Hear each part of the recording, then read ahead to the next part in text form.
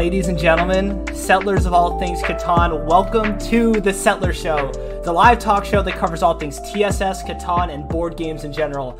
I'm your host, DJ Z5, alongside my esteemed co-host, Vamos Cosmos 719. It's March 9th. This is Season 1, Episode 1. Vamos, how are you doing this evening?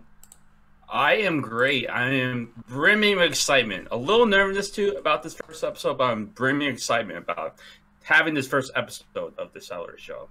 Yeah, no, me too. I feel like it took us so many steps and so much to get to this and something new. I'm honestly just prepared for everything to crash, and I'm just, for this all to crash and burn, but hopefully it doesn't. But we are here. We're both in green. We got a new theme, amazing artwork here, and yeah, I'm just really excited for the show and to kick off our first pilot episode of this live podcast. Is that what we're calling it? I don't even...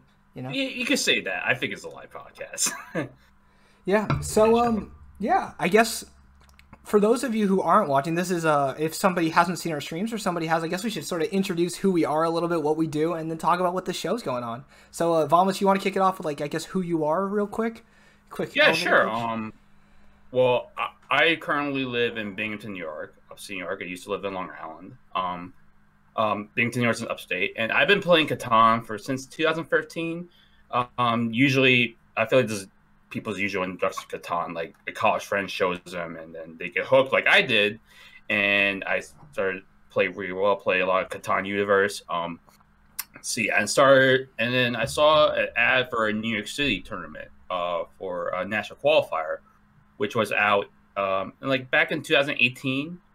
And that first tournament, I went 4-0, and I was 1 point away from making the national champions that year, and that got me really hooked. Wow. To competitive Catan, and for myself, then I started going to the New York City tournaments.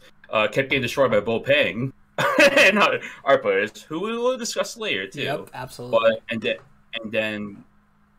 Then during the pandemic, that's where my competitive Catan started to come in. I joined Discord, Catan Championships and Catan Community, and I'm the guy who usually makes a lot of finals and usually crashes and burns there. But luckily I've been able to win a couple of tournaments. Won my first base online tournament, Catan Community, during a 1-year anniversary. Nice. And was able to qualify for U.S. Nationals this past year too. And also too, I think the great thing is that DJ over here asked me to be part of his team of the Settler Series, which I've been so grateful and so happy. I've been learning a lot too, but it's been exciting. It's been exciting to be part of the Settler Series team. Yeah.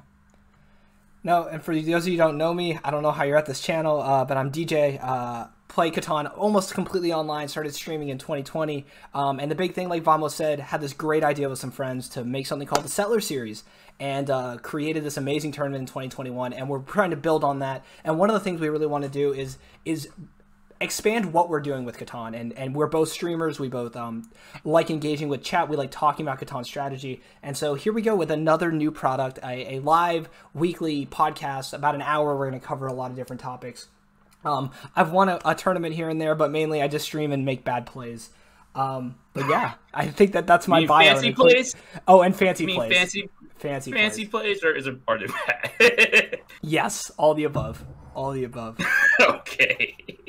Yeah. All right. But I'm excited for this show, man. It's gonna be a good hour. Yeah, and let's talk more about the Settler Show too. So this show is an hour long too, and we'll be covering different things about the Catan scene. We'll be covering a lot of news. Wait, hold up, almost.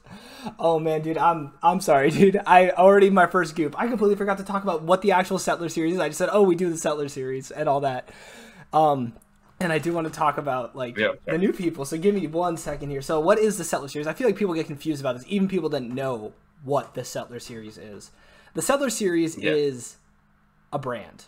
Really is what I look at it. It's an organization, and what is that organization? It's me, it's you, and it's about 8 other people on a Discord server who enjoy playing Catan. So it's not like anything crazy, but we do a lot of different products with the Settler Series. So in 2021, we did a 16-person invitational tournament. The Catan community was so amazing. They raised $2,000 for that prize pool and for our artists. And it was an amazing event. And really the joke of, or no, oh my goodness, really the point of the Settler series as a whole is not just to play Catan, but is to show Catan, is to make it enjoyable to watch. And that's, I think, really what the purpose is we're building it for the viewers. We want people to be actively on Twitch channels, watching games, and getting better at the game and enjoying it and interacting with these players that, you know, they've heard amazing things about or they see amazing plays from.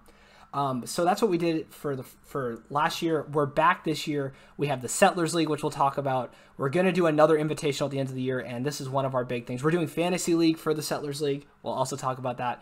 And we have this show. So, yeah, I guess we should, I rudely interrupted you, Vamos, but, I jumped the gun or we went off script. I think I went off script. I definitely did, but yeah. So what is this show and what are we going to do with it? What's our purpose? Yeah, sure. So really, this is our podcast, just us two talking about Catan, but it's just like talking about news about the competitive scene, either online or in real life. We'll go to deep dive with strategy talks, like you see a lot of strategy talks about like placement, that stuff.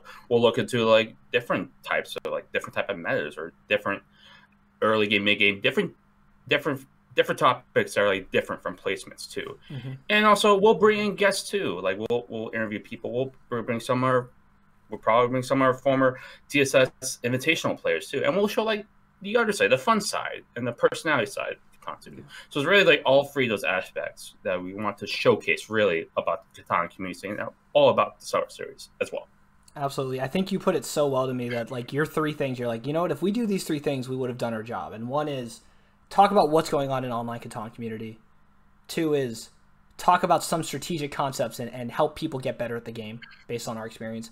And three is show that Catan in this community is fun. And I really do hope that we do all three of those. And I think we have a great way of doing that because we realize that we could just ramble on for an hour and that wouldn't be very entertaining or easy to follow. So we have decided to organize the show into various different segments.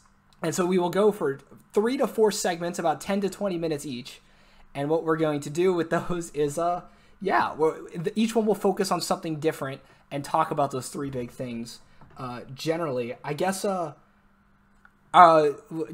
we talk about what 3 segments we're doing today, or like? Yeah, let's talk about 3 segments. So, our next segment coming up, we're going to talk about the tales of the past week. For this week, it's going to be tales of the past TSS, but it's really just news about what's happening in the Catan competitive scene online and in real life too.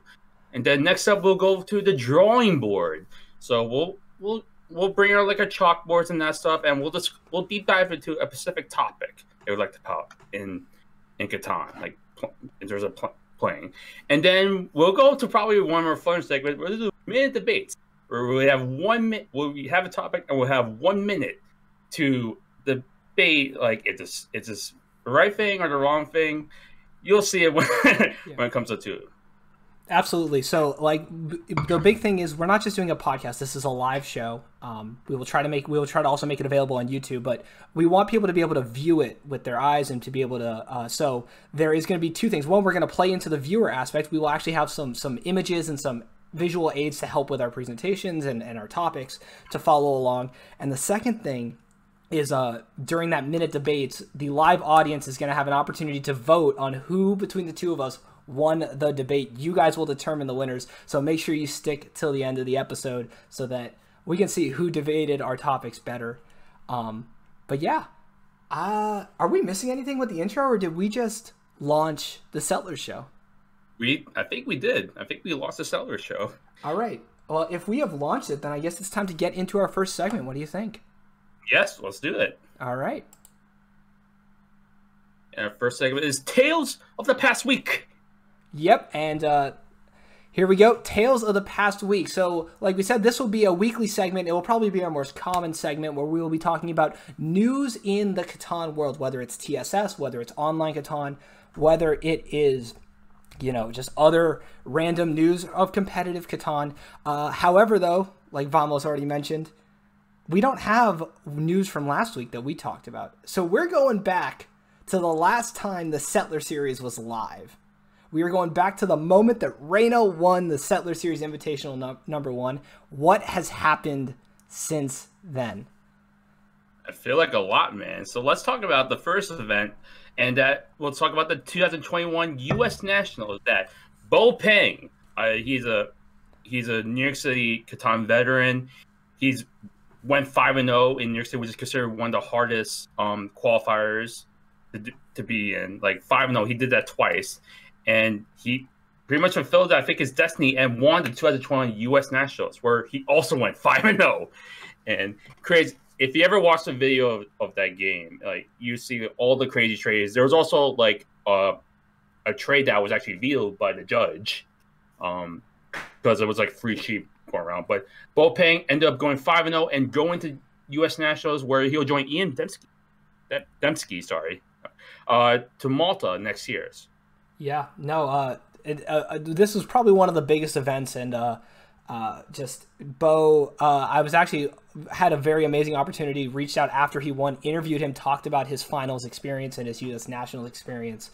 But congrats to him, kind of made super famous, not just in the New York scene, but online Catan when Delighted did a class about his plays. And then after that, goes on in 5-0s, gets the #1 seed, wins his semi, wins his final, going to Worlds, probably would be considered one of the favorites, let's be honest, going into Worlds if we're thinking about it. Yeah, I think he's a great representative of the United States. And honestly, yeah, he's definitely with Ian and with Trash Panda too. I mean, those are names that I know they're going to work one of the favorites to win that tournament. No, absolutely. And so, but I think that really the story doesn't just end with him winning the U.S. National. That might be the headline, but Vamos, you went to this and you went with a lot of people who play in the online Catan, who are very active in the New York scene. And I'm actually going to show the image here. I think this is a dinner squad image. This is can you take me through the selfie and how well the people in this picture did at U.S. Nationals? So you can see Bo in that picture too, but these are people that we all met online, and some from New York too. So you see Big Red Swimmer in that picture. You actually see Hawkeye in that picture. Ian Dembski is also in that picture too. Pool Party is up there, and we have Jesus Garcia who's up there. And out of all these pictures, I think everybody finished like what, top 20, top 24. Yeah, I think. Oh, sorry. I think there's what, 9 of you guys in the 9 of y'all in the dinner squad is from what I heard, and 7 of y'all were semifinalists, 1 won it all, and the other 2 finished like 22nd and 24th with top 16 advancing. Yeah, I was 18th. I actually missed out on tiebreakers to miss out on semi, which is it was great, and then like missing out on semis was bad. But yeah, this is crazy. Like all of us just like we all met through the online scene really, and we all just got together. And basically had dinner, talk about Catan, and like this picture is kind of like it's crazy to see a picture and see like how everybody did well in that tournament. It is actually pretty surreal to see that how like everybody's damn good, and like the dinner table has kind of become like a theme now, and like in Catan qualifiers, in real life qualifiers too. Well, that's actually an excellent segment because that is maybe the first like dinner you've really had with a squad from what from what we've talked about with tournaments. But you've been to a couple of national qualifiers for the 2022 U.S. Nationals and have done a similar sort of thing. Went with friends or people that you've played with online and become friends with, have been able to play over the table with them. I guess have you felt that similar experience at the other tournaments you've been to? Yeah, I mean, especially at PAX too. We had like Puzzles, Donnie, Bucksauce, Stevie Buddha, and not you, DJ, but another DJ. DJ the DJ. DJ the DJ, yes. So clarify that. Who was in PAX too, and 5 out of 7 made semis, and actually, Puzzles won that PAX qualifier too. Yeah.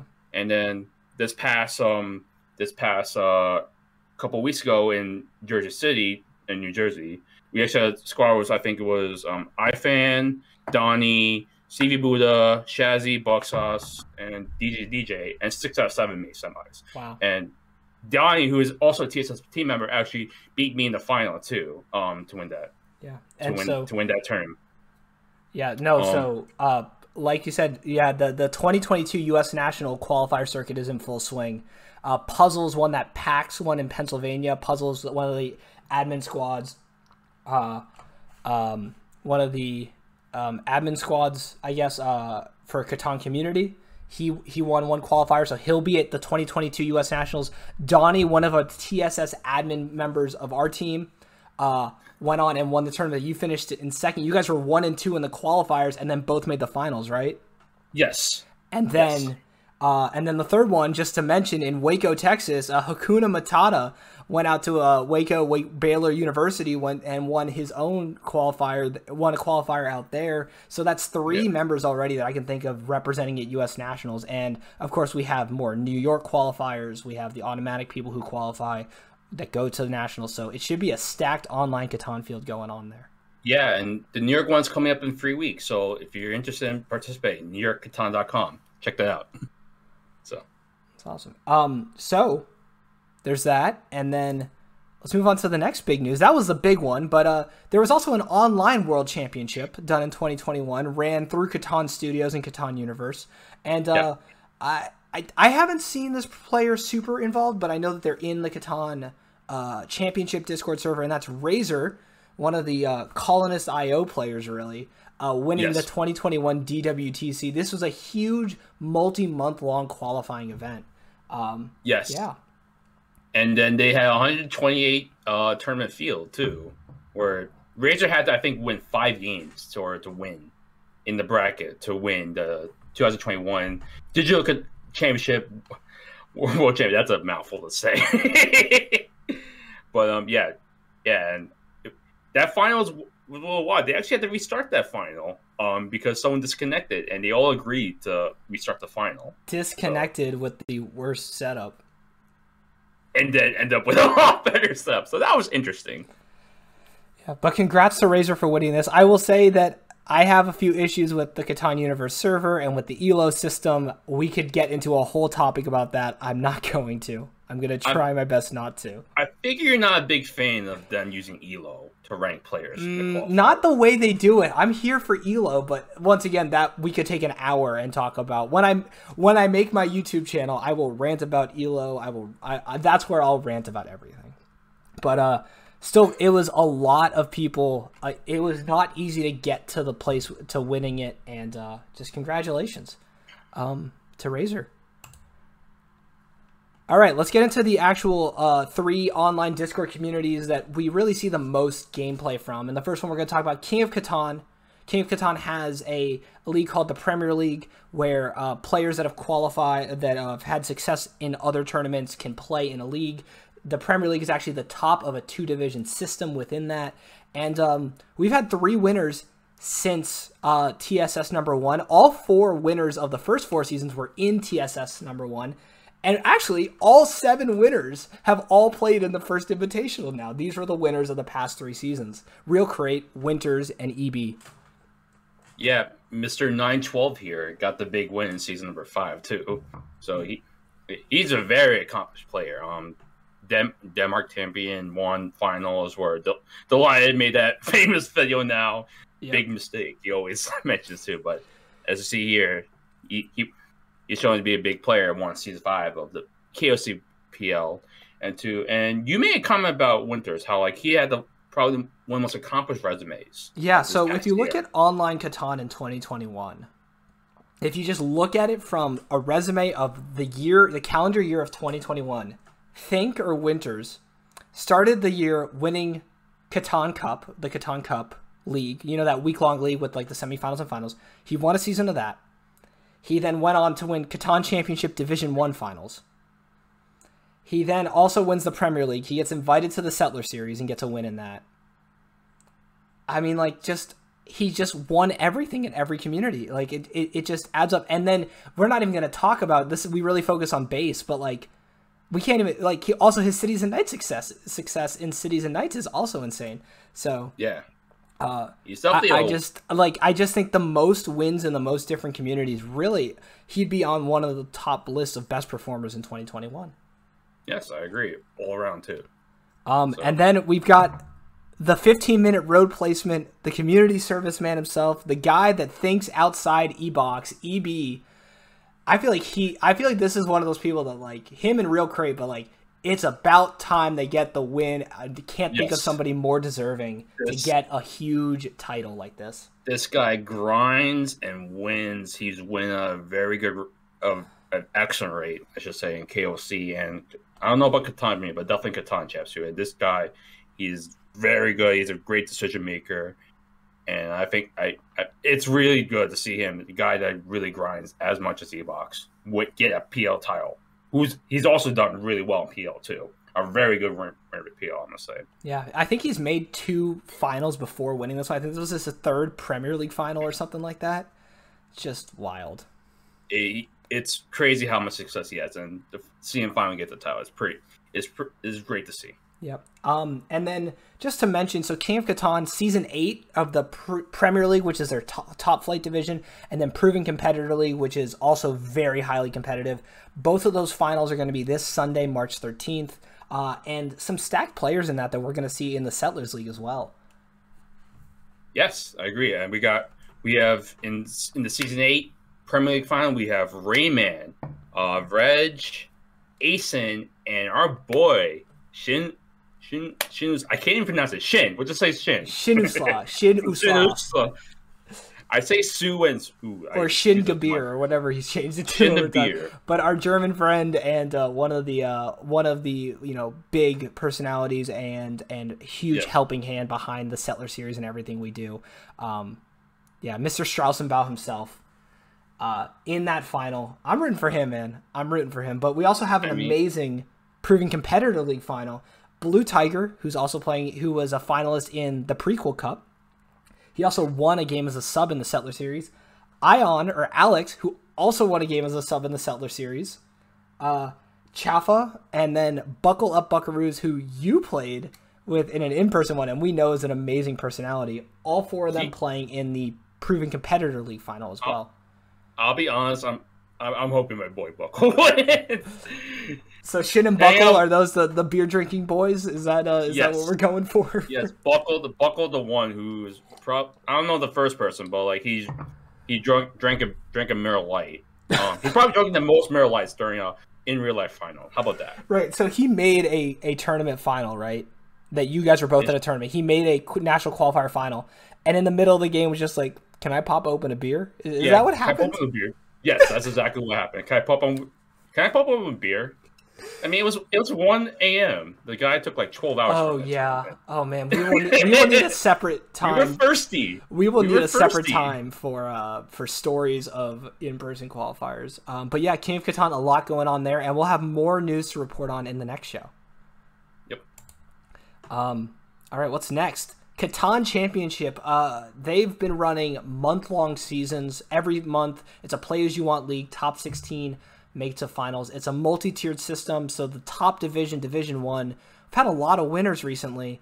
Any big names speak to you here, or any big stories from these winners?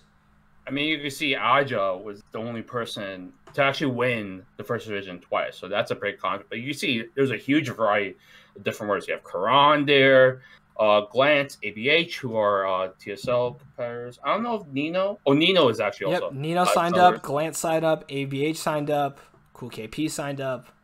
They're all playing in TSL. This is one of the qualifying things. But I think Catan Champs, I believe, has one of the most competitive leagues, especially the first division. That's a tough damn league, and you gotta bring your A game in that league. I might be 2-4 to start off this season, so we'll see. We'll see. Maybe I'll add my own name to the list next time we talk about this in April. You've been trying hard to win that first division. Hey man, I need a big win. Yes, Catan Champs. Yeah, and also I just want to mention Catan Champs was such a big helping hand in running the first Settler series and everything about that. Like, really, it's just been such a positive part of the community. Getting Hakuna Matata to work with that admin team and help out, and it's been a great league and it's been fun to play in. Hey Hakuna, when does the next season start? The next season. All right, and on that note, we might as well move on to the third community, Catan community. I feel like I've recently, I'll take a minute here. Catan community had a lot of interesting drama go back and forth, but something that I've really enjoyed about them, first thing to accomplish, is that even through all the madness that has happened, that we will not dive into, but I just wanted to mention it, they still weekly free-to-play tournaments. They alternate between base and cities and nights. They continue to do it every single week.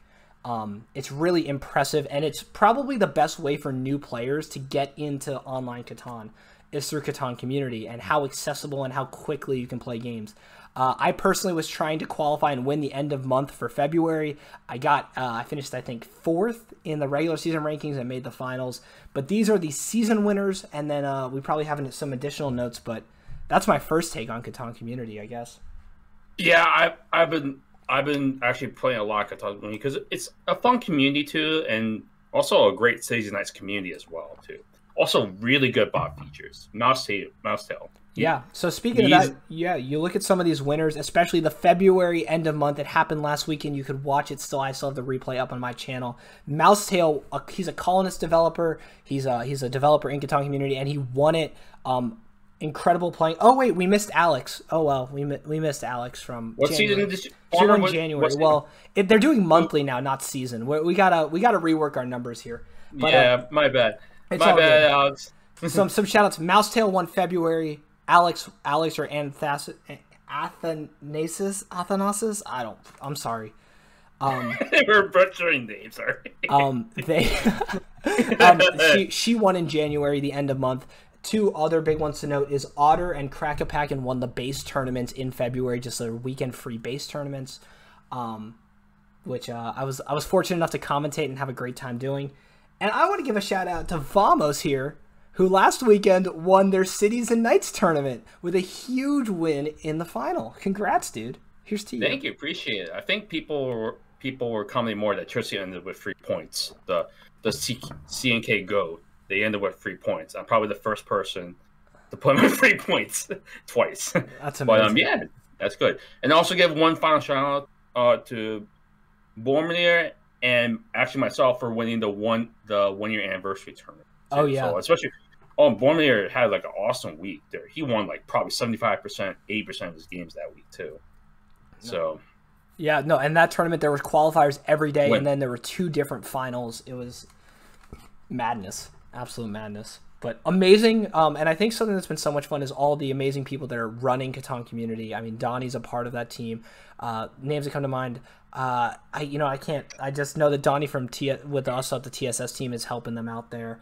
They've been so much fun and engaging. Yeah.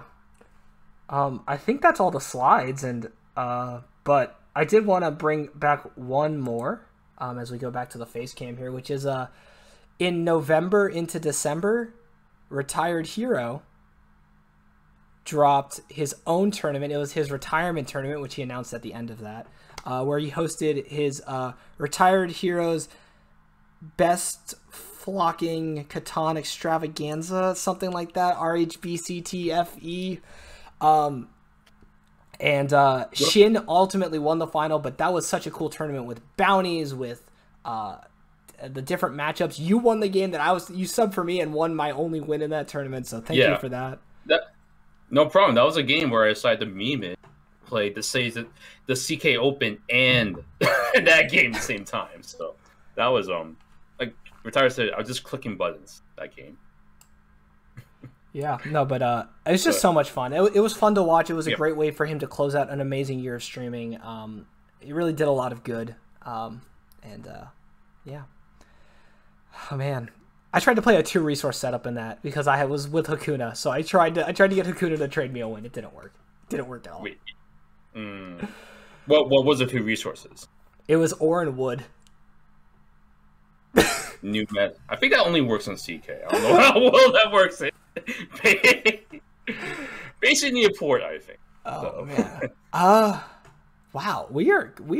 Man, that was a lot to cover, but I hopefully that catches everyone up on the tales of the past 6 months. Yeah. Since Reina last one on TSS. Yeah. Which shout out to Reina. That was awesome. So. What? Next segment? Well, enough of these zoos. Let's head to our next segment. Let's bring our chalkboards. Let's go to the drawing board. All right. As DJ hits him with a little transition there for a second. Welcome to the drawing board. This is a segment where we will be covering more in-depth strategic talks. We will pick specific topics and talk about in some sort of way foster discussion about specific topics in Catan, and really with the idea of building your strategy, adding to your toolkits so that you can do better in your games of Settlers at Catan.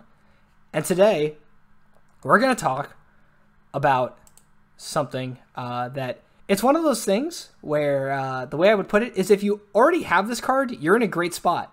But you're going to get really mad at yourself if you don't use it well. So, what's our... Vamos, I'm going to let you do a good load of this. Obviously, I'm here to help, but you are the master of this. I am very bad at it, but... Oh. Am I? Well, no, we'll see. But it's talking about how to use a mono card effectively.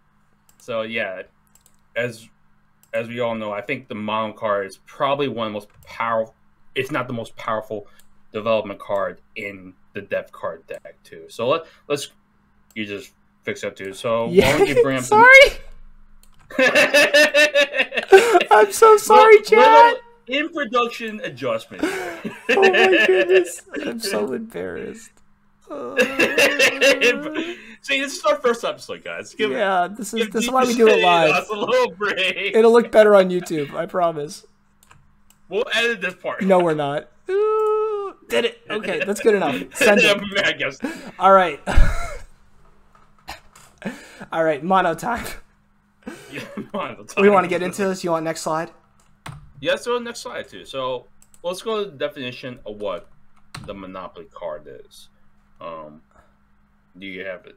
Okay. Yep, I got it. So there we go. So this is a definition in the Catan rulebook. When you play this card, you must announce one type of resource. All our players must give you all of the resource of that type. So if you announce ore, every player must give all the ore in your hands too. And like I said before, this is universally agreed to be the most powerful development card in the deck too. So I mean, usually if you have this card and it improves your chances of winning greatly too. But for me, when I have it in my hand, there's usually a couple general rules that I have for when to use the mono too. Let's go to the next slide, please. These are great rules that you share with me that you got from a great player, and I just can't agree with them I agree with them so much. And I've gotten it from our players too. So here are the general rules for me when I use the mono too. To win the game. That's pretty simple. Yes, if you can win the game, use your mono and win the game every time. Yes. So my second point is make sure you have a big point too, like 2 cities, 3 points, any way to get like a really big turn. And another rule, and probably the final, is buy 3 or 4 depth cards. If you need to like clear out the deck because you want to prevent Ps, that's usually a good way to use it. But those are like the generals I have for using mono too. I have a little note there that it's usually not a great idea to use a mono just to get an early city settlement. I just think that's a waste. I've seen people at times use a mono just to build a road. That's not really great. Yeah. But these are really the general rules. Right, and I think that's really important to mention, is a lot of people are like, I need to get this settlement now, so a beginner player will use it to get like 2 brick because the first brick came on the board. But the thing is, you can trade for brick, you can steal brick. There are other ways to get the 1 card you need, but the power of the Monopoly comes from you get every card of that resource. So that's really when you want to be thinking about your mono, is how can I get a lot of cards, right? And I think that brings up to my next point as well. Yep. Like, I think the important thing is timing. The good players know when to use them, when is the right time to use them all. They know how many every resources is out there, like in out there within people's hands too, or when like they could either accomplish something for themselves or prevent another player from accomplishing something. Like buying devs, building cities, etc.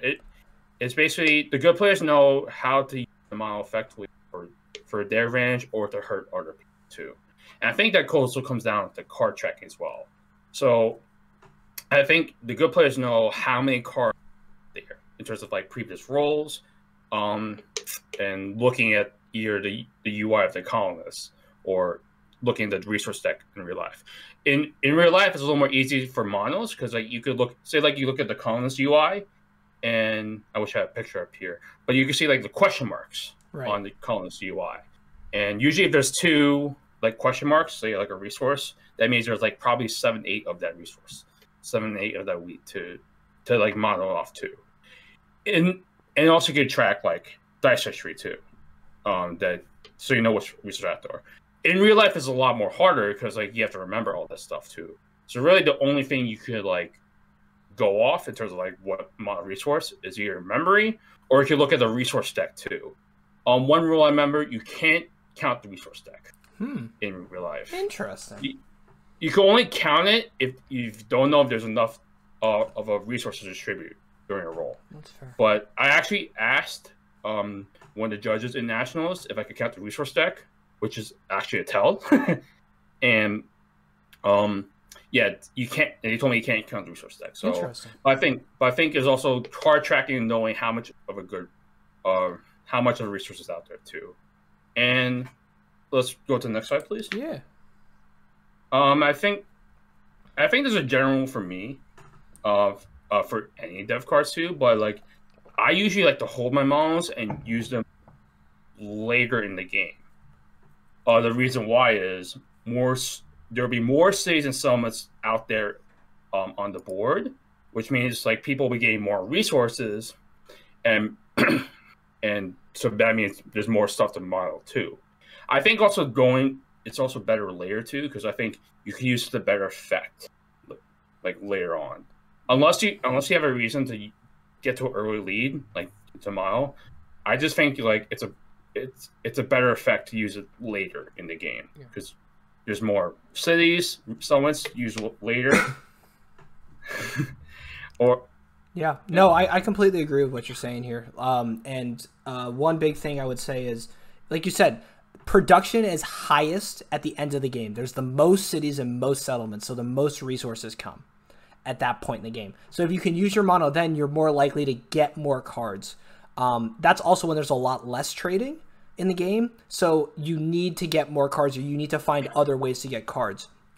The one time that I like using it in the mid game versus a late game is if you think you're getting to a tipping point in the game. So, for example, you notice that a lot of ore just came on the board, or somebody has a lot of ore, and then the wheat rolls.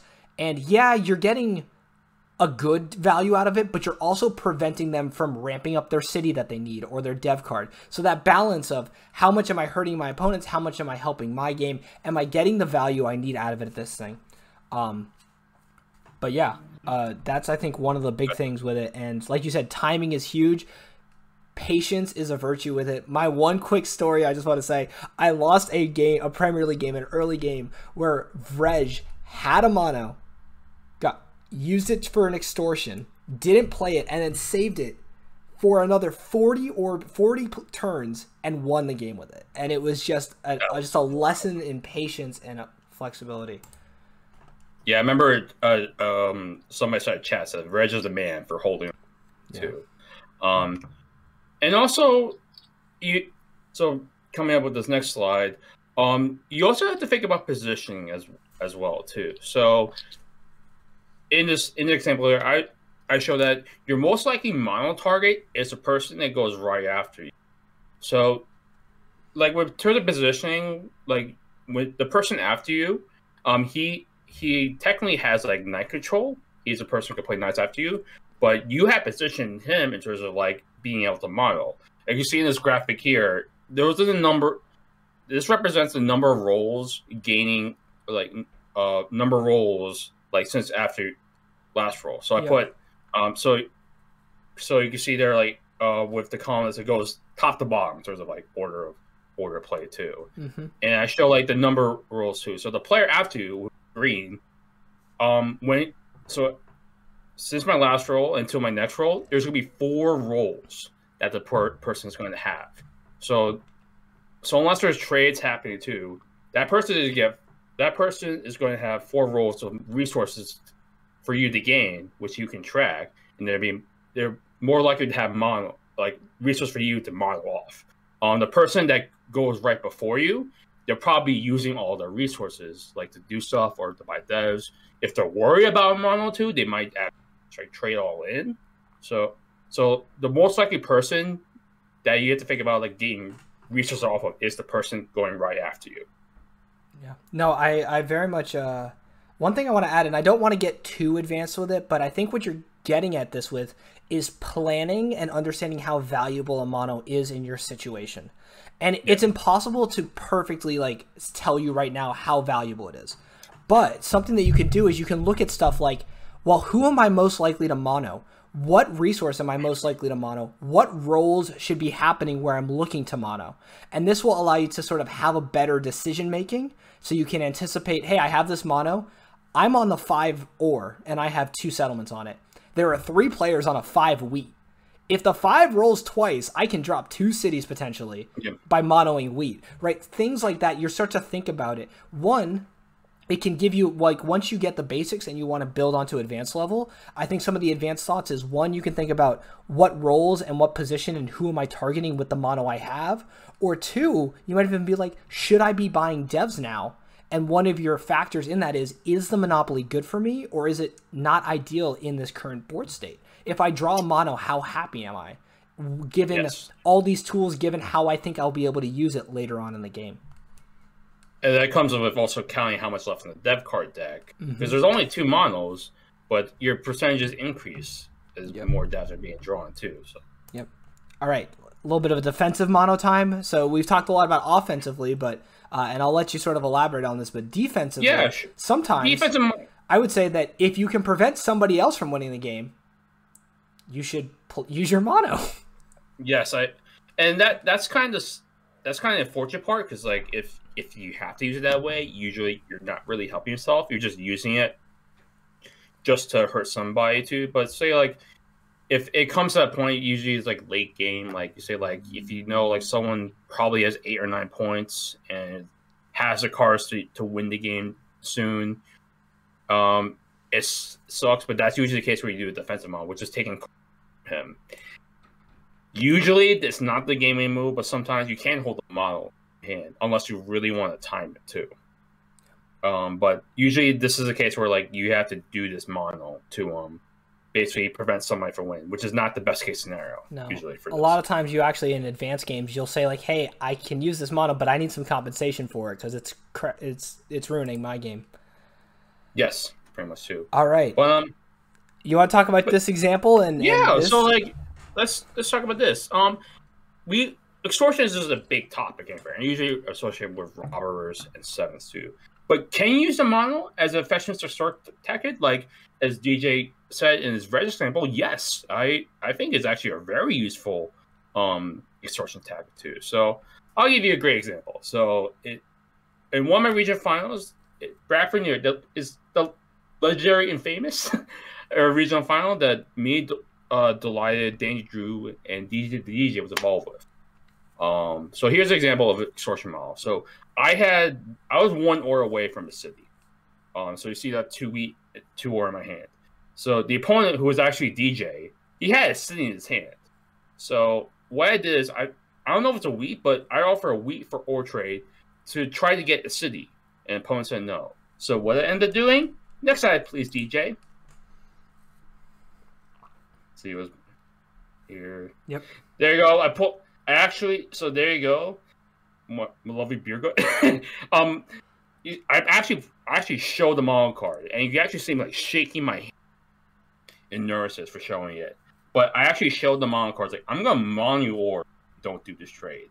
And DJ was like, okay, I'll do it.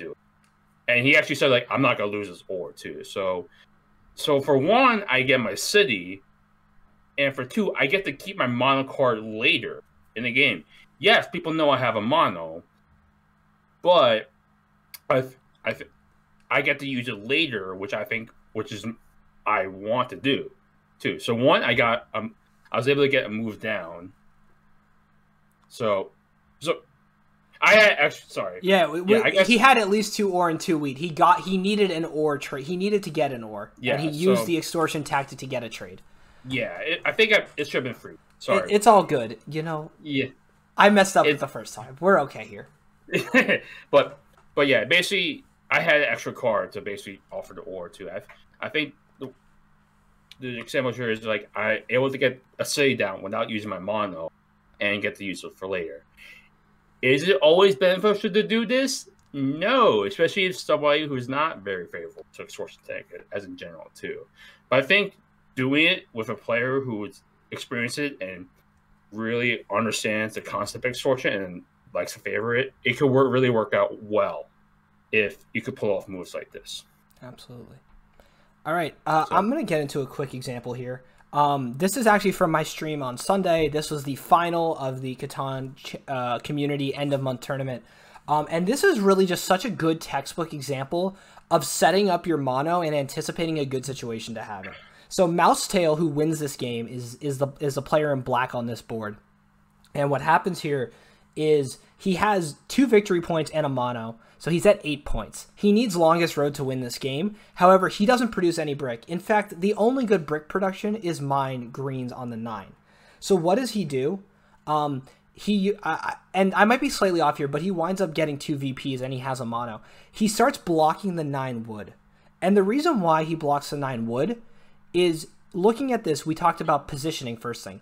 I go directly after Mousetail, which means that after my turn goes, there are 3 rolls before I can play again that he has a chance to mono the brick. So as long as he gets the 4s and 10s to roll, he can then use that. And I don't have a brick port. I don't have any way to port my brick. So it's going to be stuck in my hand. The second thing, blocking that 9 means that when the 9 rolls, I get all this brick and I have no wood to support it. So I either have to trade wood to Mousetail, or I either have to trade the brick to Mousetail, or Mousetail can mono it for the win. And as you can see in that bottom, that is my hand on the turn that Mousetail monos brick and wins the game. The 9 had gotten unblocked at that point, but we had just rolled a 9. I literally had 1 wood in my hand and had 5 brick and couldn't do anything with it. And then, yeah, it was a great job. He took road, very deserved win. But that's just the way that you can see he used it to sort of set up his monopoly. He saw he had position on me. He saw that he had the wood, I had the brick. He's like, I can get road whenever I want it if I block that 9 wood. So his effective blocking and his understanding of positioning and his patience allowed him to win this game and take road with that mono. because since he goes right after you, Yeah, go ahead. too, I think he has to build as many rows as possible because he can't just time it like you can. Like you could just time it, but for Mousetail, he has to build as many rows as possible. So preventing you from building wood too. So Yep. helps him out get that road. And we got one more big example here. Sure, yeah. Let's talk about my situation too. So this was in my King Catan season 26 base semi here. So the situation here too is during this turn. So you can see my hand too. I think actually I had 6. I ended up with 6 wheat in that hand. But it shows 4 here. But when it's come to my turn, you see I have 2 knights, but red has 2 knights. So the obvious play is to play a knight here, to get ahead of the army too. But as the roll came along, you see those 2 question marks there. I saw there was a good amount of ore on the table too. And also, let's go to the next slide, please. It's up. Yep. And also too, like I had a little bit of a too that like I don't think Red, who was Bandar, had a knight in his hand too. And also, if I took the ore too, it would prevent him from getting like more devs, which means I could eventually overtake him in the long run army too. So going off of that information, what I ended up deciding to do is I decided to, instead of playing my knight, let's go to the next slide, please. You want me to run this? Yes, let's run it too. I decided to mono the ore off the board, and let's see if you're playing the video right now. Will it work? Will my computer survive? Yeah, I think your computer will survive. I don't know if this is big enough, but yeah. So I actually processed pretty quickly. I decided to mono the ore too, right. And what happened in this situation is I got I think about 7 or 8 ore, but it allowed me to get 2 cities and 2 devs. And luckily, both of them were repeat fees, so that's kind of the lucky part too. So I got that. it took all the ore away. So hopefully within Red's next turn, if he does have a knight, he can't buy any more devs too. But I think in the end too, like my read was actually Red didn't have a knight in the end. So with those 2 VPs, I ended up getting army too and be able to win the game. That was probably one of the most exciting models I ever did because of just how the situation worked out. That I got 4 points and my read of Red was correct. I think the only person who's used a mono to get more points is I think Retired Hero got 5 on one turn. That's the only other streamed one I've ever seen. But man, 4 points. And the other big thing is even if you lose army, you have a knight. If you draw 2 VPs, you probably don't need army to win this game. Like, let's be honest. That's true. You need to settle city, and you're winning this game anyway. It's most likely settled too. And if you draw knights, which you're probably going to draw, you can take back army most likely because your production's out of this world. He's not buying any more devs. Yeah, so. I have a port too. So I ended up had a port too. So it's long-term playing too. So, but I think what we want to show the examples too is like different types of situations too, in terms of how to set up your mono and basically how to use it to really get the 10 points and win your game. Yeah. With different in terms of reading, tracking, and also just blocking other people's resources. Yeah. No, and I think really that's the general drawing board on the Monopoly. The big thing is timing, patience, using it to get a lot of cards, really understanding turn positioning, anticipating. All these little things will make sure that if you are fortunate enough to draw a Monopoly, you use it well and can actually win the games where you draw it. Because remember, you're not going to win every game of Catan, but when you get lucky, when you high roll, when you do pull the mono, you better be getting close to winning because it's a great card. Yes. If you draw 2 monos, you have to win the game. Hot take. Mono is not objectively the best dev card, but that's a different topic. That is a different topic, yes. Do we need a minute breather? I know we're already running pretty late, but do we need a minute breather and then we'll go into our next segment? Yeah, let's take a break. All right, we'll be back. We'll be gone for about 60 seconds, and then we'll be right back with a little bit of fun debates, and then we will be wrapping it up.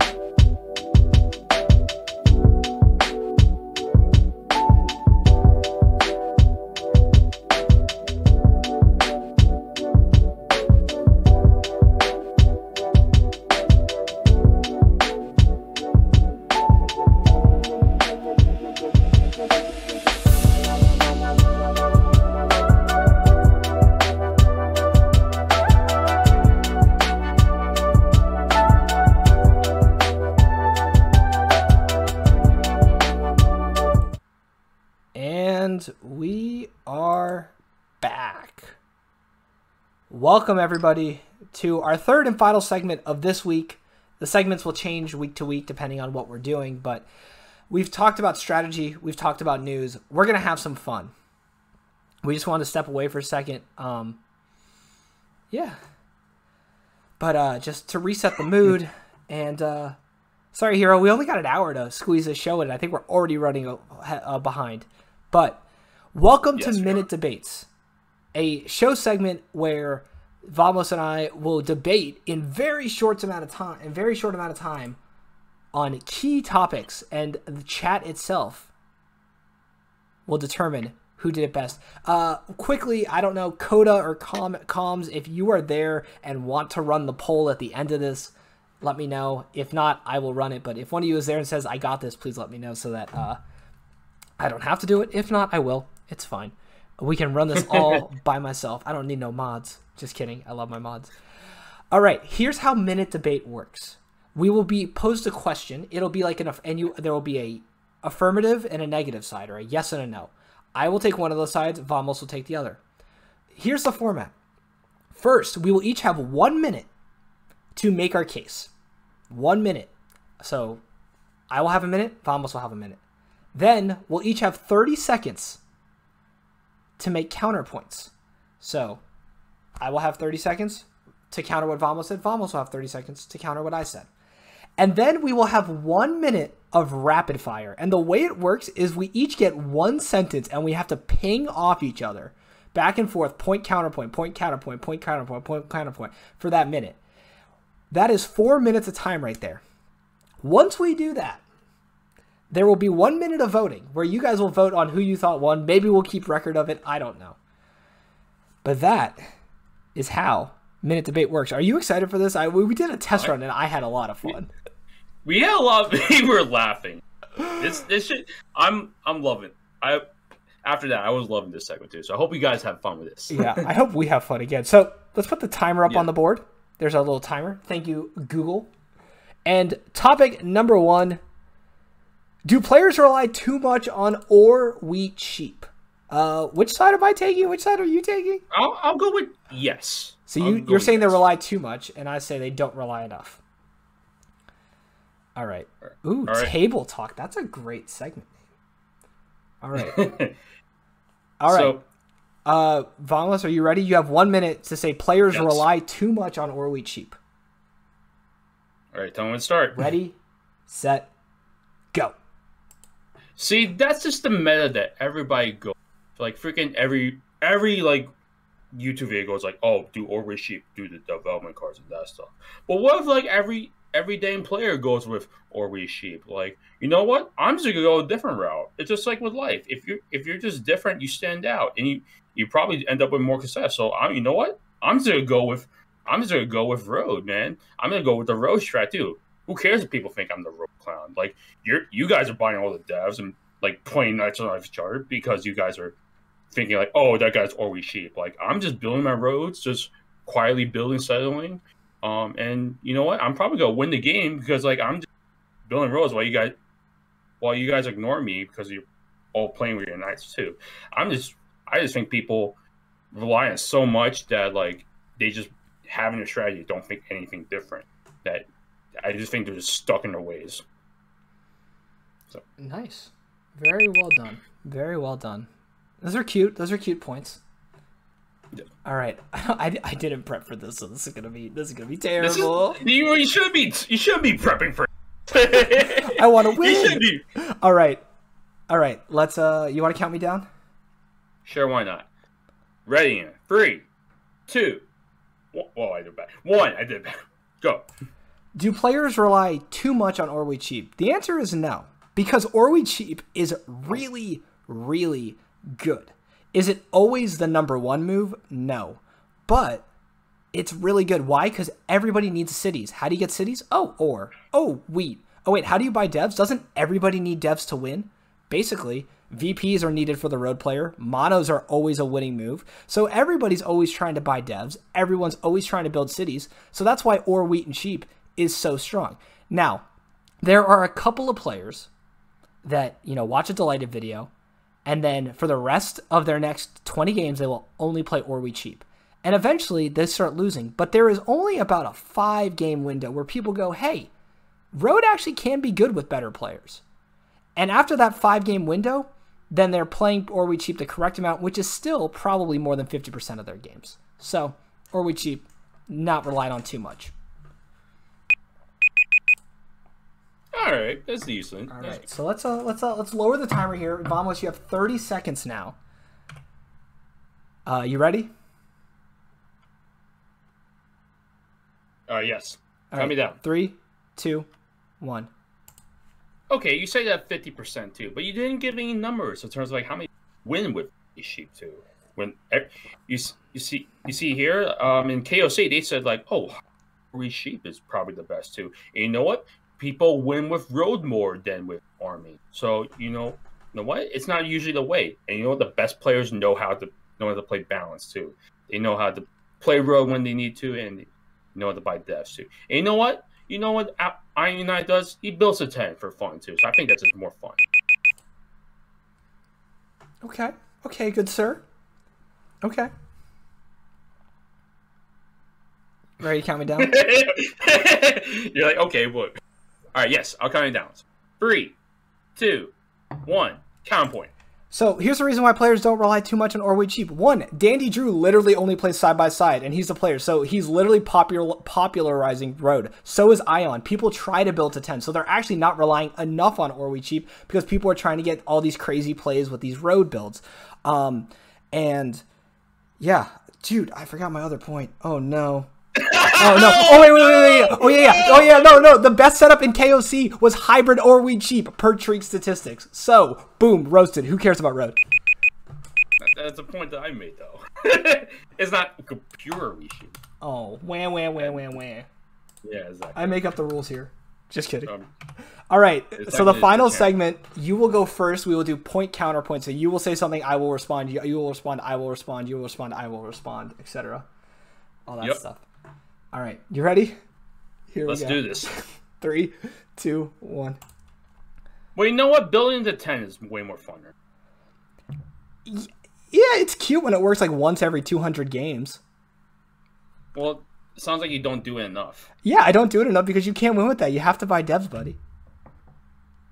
You just need to buy the right dev at the right time. Like, sometimes, like, people just keep buying knights. You know what? I pulled a VP to win the game. And you know what?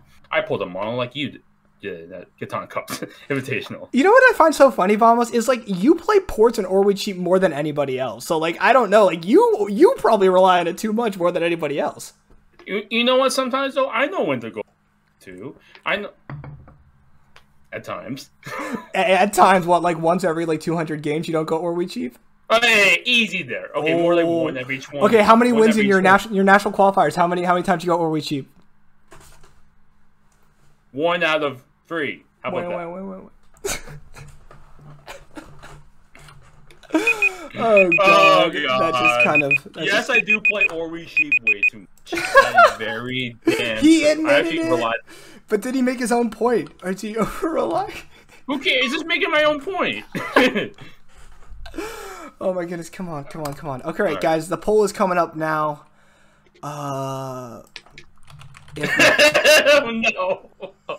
Oh no! Hey, I'm just trying to argue point. I'm not trying to. I'm just trying to make it art. Let's be honest.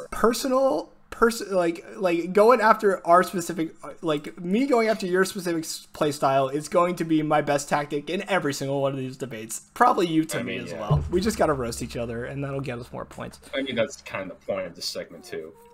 All right, I think that's live. Poll here. Yeah, it is live. Oh, look at that! I'm getting voted. Oh no! Look at that! Come on, guys! Oh no! No! Let's go! Come on! Wait, I can't even see. I bet one of them. Oh, guys! Come on! It's tied! Come on! Yeah! Wait, can I vote for myself?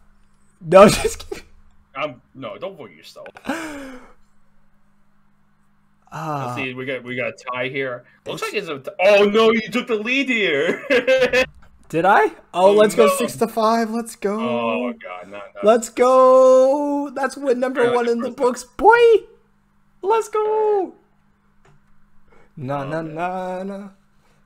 know what? I think it was Hawkeye that told everybody to vote for. Let's go. 62%. Yeah, boy. 1-0.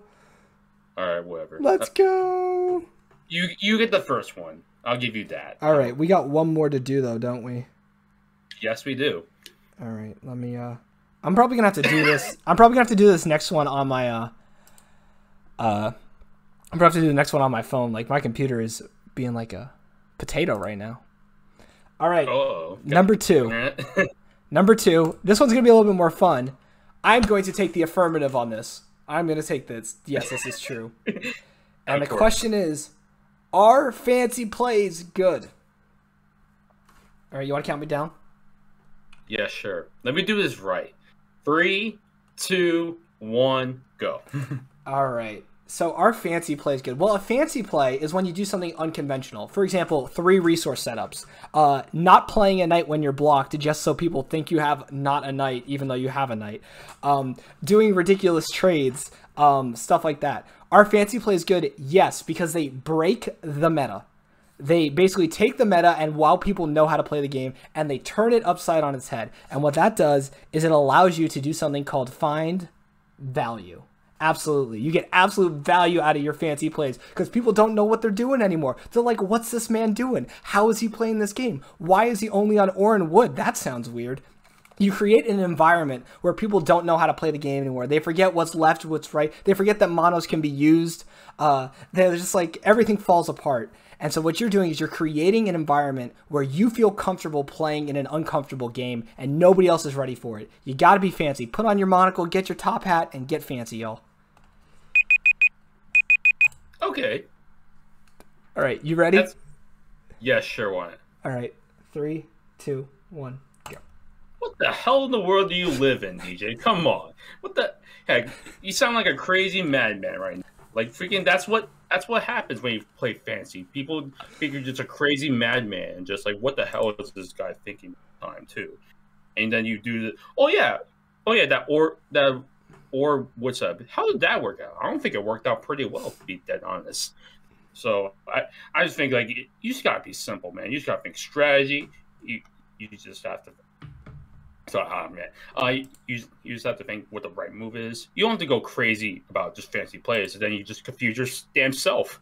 Too. You think about like how could I be fancy? How could I do like this 3-for-1 to do another 3-for-1 too? Or if I could do like, or if I could do this like crazy 11-12 setup, how does that work too? So just come on, man, just don't be crazy. That's all I'll say. It just like it makes people crazy and yourself crazy too. All right. I'm ready for you to count me down here. Let me get my Sure, counterpoint. why not? 3, 2, 1, go. So when you're playing normal, people know how to block you. People know how to, people know how to block you. People know what you're trying to do. So I think that that's just a big thing where you need to sort of address that. You're playing a way that you become unpredictable. Also, as a content creator, as somebody who his games are watched, we need to be pushing the boundaries on the meta. We need to be coming up with new possibilities, and we need to make highlights. And you ain't going to be making highlights playing dumb or we cheap. Okay, I am a content creator too, so. All right, you ready? 3. Yeah, sure. Count me down. 2, 1. Well, you know how else I make content? By winning. You know what? Most of my clips too is me doing the damn right mono, or me winning a tournament too. That's how I create content, not these fancy 11-12. And then just don't block me for the rest of the game like one person we know did. It just I create content by just playing simple. I'm a simpleton guy. I'm a simple man. I like to play. I like to win, and I do that pretty damn well. Not do fancy plays. Wait, what was the last season you had? What, go like 1 for 6? Last Catan champ season? Your fancy plays? That hurt. Oh no, you sound sad. No, it's okay. All right, you ready for this? You ready for this? Let's go. You start. Vamos, do you remember the birth of the fancy place was when I went 8-10-3 and beat you, who played a typical Or We Cheap game in a Catan Cup Invitational final? Well, you just got lucky with that damn mono. Come on, man. You know that. Oh, what are you talking about? How did I get lucky? I played 3 resources and went crazy that game. All right, fine. That's just one example. How about like the other 1,000 examples that you have? Yeah. How about my 3 resource game in Catan Community that got me to the finals this weekend on stream? I don't remember that at all. All I know is like I don't remember that at all. All I know is like I won with my simple Or We Sheep, and like I said, that's how I win tournaments. Well, maybe you could win more finals by going a little fancy and pushing the cover there, buddy. Yeah, if I'm bored, I'm probably having a couple of these beers. Hey, beer trade. Thanks for the beers. Beer trade. Buckle would take a beer trade. Yeah, Buckle would take a beer trade too. Yeah, anytime. Middle lights. A beer for a non-block. Beer for a non-block. All right, let's try to get this poll up. Yeah, let's see. Guys, obviously, all right, come on, guys. This is a very oh, dang it, I can't do it there. Okay, we're gonna do it here. Guys, I just want you to remember, this is an academic discussion of utmost seriousness, and you should be evaluating the points based on the merits of the evidence that was presented. Clearly, that is what is important here, and nothing else. Just like in Who Lines It, It's It Anyway. The points don't matter. The points don't matter. Yeah, why is my computer being a potato on chat? All right, start the poll again. 1 minute. Yeah, All right. I think like I have a quick story time in this 1 minute. Go ahead. So, Vamos and I practiced this just offline, and Austin can comment on this. And I forget what we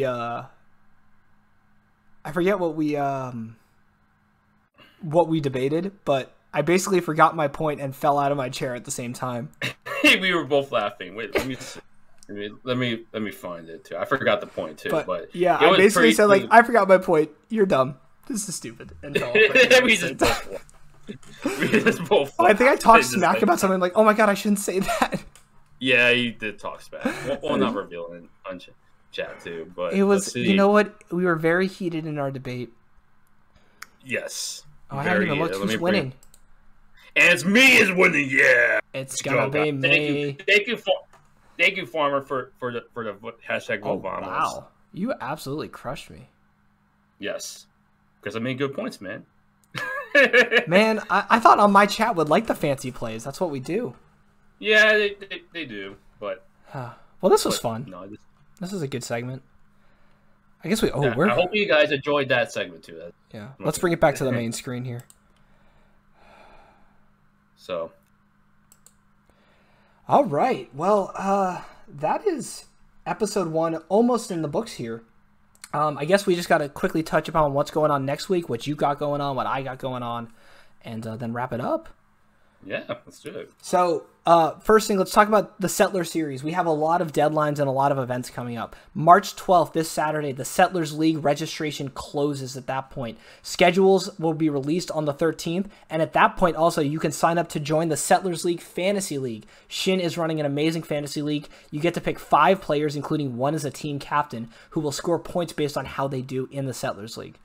So, that should be really positive. And then the league starts on March 14th. We will try to make every game available to watch in some way, shape, or form, starting March 14th all the way until the final on April 24th.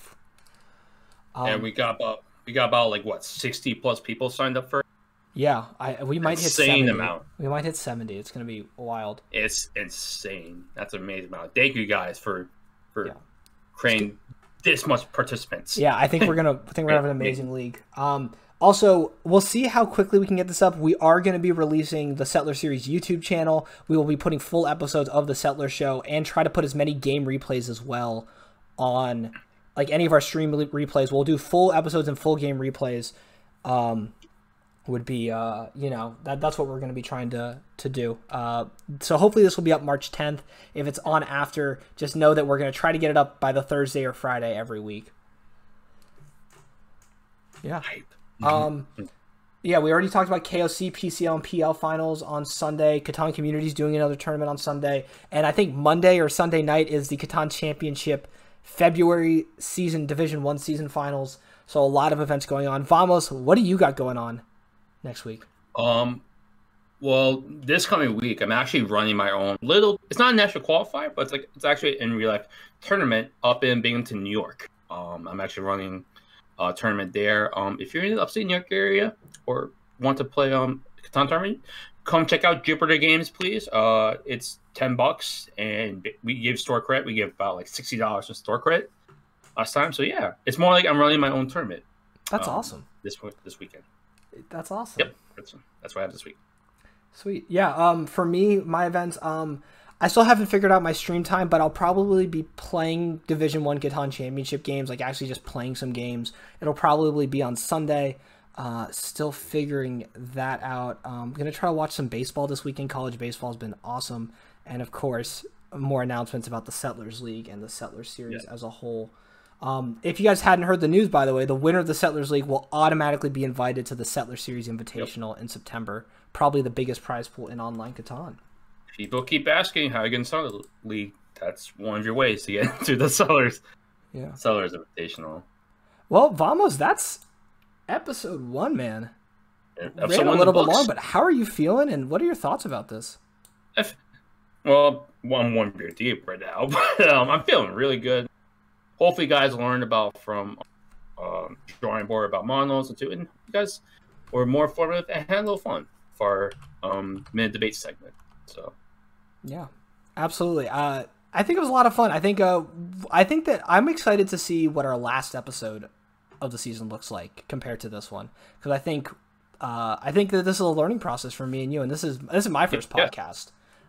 So yes, mine too. It's just cool. Like I don't know why. Like I feel like a goal of mine is to do a podcast too, and especially doing Catan too. It's definitely a really cool thing that personally for me I've accomplished and be part of. So I'm excited to grow and learn and to I want to say thank you to everybody who's in here in chat. I think we have average probably 20 plus viewers for the entire show. I know that we don't look and like directly respond to chat during the show because we got to get through our content, but we will try to find ways to include you guys, and we really do appreciate all the comments and the discussions in there. I would say also join the Settler Series Discord. We have some ideas for segments that are going to involve either user questions, user submissions of like stuff we can react to, videos, highlights. Like we want to, we want to include you guys in. Also, we want to know what's going on in the online Catan world because the two of us can only see so much. So if you guys have amazing plays, big tournaments, cool moves, big updates, we want to provide you those opportunity in our Discord to be able to collect those and highlight them and really share what's going on in the online Catan world. I think the only thing left to do is, you know what happens, Vamos, whenever anybody comes on any DJZ5 channel stream, even if it is our show, give you the floor here. Any shout outs, anything you want to say? I just want to say thank you for all the people who are watching. Thank you to all my family, all my friends too. Love you guys so much too. And guys, just don't be salty on the table. Don't just don't be salty. I'll say that. Oh my goodness, I'm never gonna unhear this from this Sunday.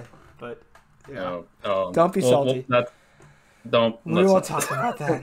We won't talk about that. Thank you. Yeah. But thank you guys seriously for watching. I really appreciate it. Yeah, I really think I don't have any other shout outs other than my general ones that I'll be doing every episode, but this was a ton of fun. Super, like, I don't know, and I'm excited to see where it keeps on going, as I said. I really appreciate everybody being here. I know this is US friendly, but if you are on YouTube, I just want to say, if you're watching us on YouTube later, leave us a comment, join our Discord, go check out the description. We'd love to interact with you in some sort of live manner, and I know this isn't time friendly for everybody, but this is really the best time for the two of us to make this possible. Also, anybody who paused Survivor season premiere to watch this, love you as well. I will be. We'll talk about it in my Island Party one later. Like I told you personally, I can't believe you actually Survivor. Absolutely. I want to thank the entire TSS team, Austin for all the marketing, the rest of the TSS team, Donnie, Mao, Shin, and then Ika and Loaf for the artwork. All the scenes done by Loaf. Coda and Comzander for the moderation. And Vamos as the co-host with DJ here. I want to thank the entire TSS team, everybody that helped with the production of this. Once again, I'm just going to give one more shout out. Loaf with all of these graphics, Ika with the logo that she designed, and then Loaf turning it into the scenes that we have here. All the moderation done, the entire TSS team, all the content that they helped produce. While we talk the script is made as a team effort. Vamos, thanks for spending the time doing this with me, freaking out that we weren't going to have it ready in time. But it was kind of like a college project. We were doing stuff last minute. So. But hey, we made it work, and you know what? I got to end every stream like this. From Vamos and I, we just ask you, whether it's over Catan, over Discord, or in your life, whatever you do, to do no harm, do good, do better. And as always, till next time, keep settling. We'll see you for week 2. Peace.